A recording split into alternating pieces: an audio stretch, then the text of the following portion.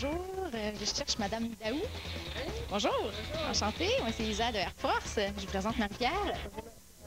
Vous êtes infirmière spécialisée en quoi exactement? En soins palliatifs pédiatriques. OK, parfait. Je pense que c'est exactement ce qui intéresse Marie-Pierre. Elle aimerait ça être infirmière, exactement la même chose. Est-ce que vous serez prête à répondre à quelques questions? Certainement. Tu veux qu'on se déplace pour en parler? Alors, c'est quoi donc ta première question? J'aimerais savoir exactement combien ça prend de temps d'études.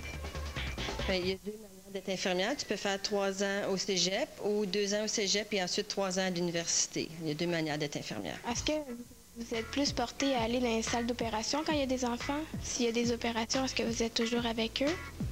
Non, pas du tout. Là où sont les enfants, habituellement dans leur chambre, quand il y a un contexte de soins palliatifs, c'est pas en salle d'opération où je les rencontre. Ça ressemble à quoi quotidiennement votre travail? Moi, je suis plus une personne ressource en soins palliatifs. Alors, je suis une coordonnatrice. Je suis une personne ressource pour les autres infirmières et pour les familles. Alors, je rencontre les familles, les enfants dans des contextes de soins palliatifs quand on ne peut plus guérir la maladie et qu'on doit s'occuper du confort des enfants. Qu'est-ce que vous préférez de votre travail et qu'est-ce que vous trouvez le plus difficile? Qu'est-ce que je peux faire? Mais en étant avec les enfants sont très spontanés, sont très vrais. Hein? Ils vont dire carrément qu'est-ce qu'ils pensent, mais j'apprécie l'honnêteté. Le plus difficile, c'est certainement de voir la souffrance et de voir la non-sens d'un enfant qui ne verra pas l'âge adulte. C'est pas drôle d'être malade quand tu es enfant, puis quand tu comprends pas ce qui se passe. Quand tu es enfant, puis tu as 3 ans, tu comprends pas ce qui se passe.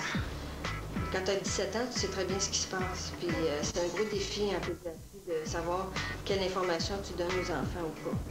Faut pas trop les angoisser, mais faut pas non plus les garder complètement dans l'inconnu, parce que c'est eux qui sont malades, c'est eux qui ressentent leur corps, puis ils sentent très bien qu'est-ce qui se passe, même si on ne le dit pas.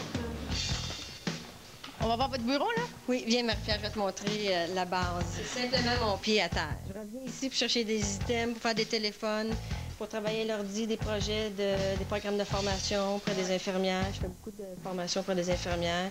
J'ai des livres pour les enfants. Quand les parents nous disent comment est-ce qu'on explique la mort aux enfants, bien, on leur fait des livres d'histoire. Sauf qu'il n'y a pas beaucoup de livres qui expliquent la mort des enfants. Marie-Pierre, je te remets ma carte d'affaires. N'hésite pas à m'appeler ou m'écrire un courriel si tu as d'autres questions. Ça me fera plaisir. Bien, merci beaucoup. Je vais sûrement le faire en arrivant. Merci beaucoup, Madame Daou. C'est vraiment très, très, très intéressant. Bravo, puis bonne chance, hein? Bien, merci beaucoup. OK. À la maison, si vous avez besoin de rencontrer quelqu'un qui vous inspire, écrivez-nous www.vrac.tv. À la prochaine. Bye!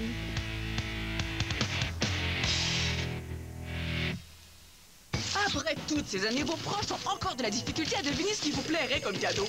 Eh bien, VRAC TV vous propose de prendre votre Noël en main et de vous procurer vos propres cadeaux. Nous vous offrons la chance de gagner 1000 $ à dépenser comme vous le voulez. Pour participer, écoutez les ondes de VRAC TV du 1er décembre au 5 janvier entre 9h et minuit et repérez 2 personnages de VRAC TV impliqués dans une capsule de Noël. Remplissez ensuite le bulletin de participation disponible au www.vrac.tv. Allez-y, prenez votre Noël en main à VRAC TV. Bonne chance et joyeuses fêtes!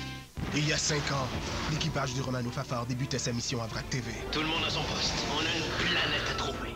5 ans plus tard, C'est des mouches!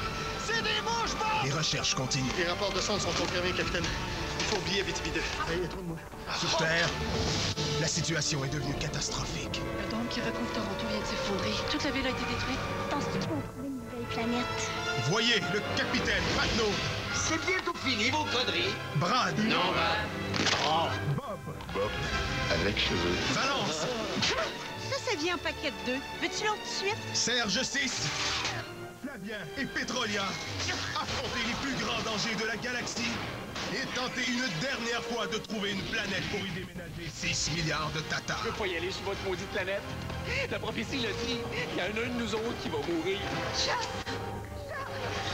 Présenté sans pause publicitaire, Plein... dans une galaxie près de chez vous, le film. Le 1er janvier 10h ou le 2 janvier 20h à VRAC TV. Question. Action.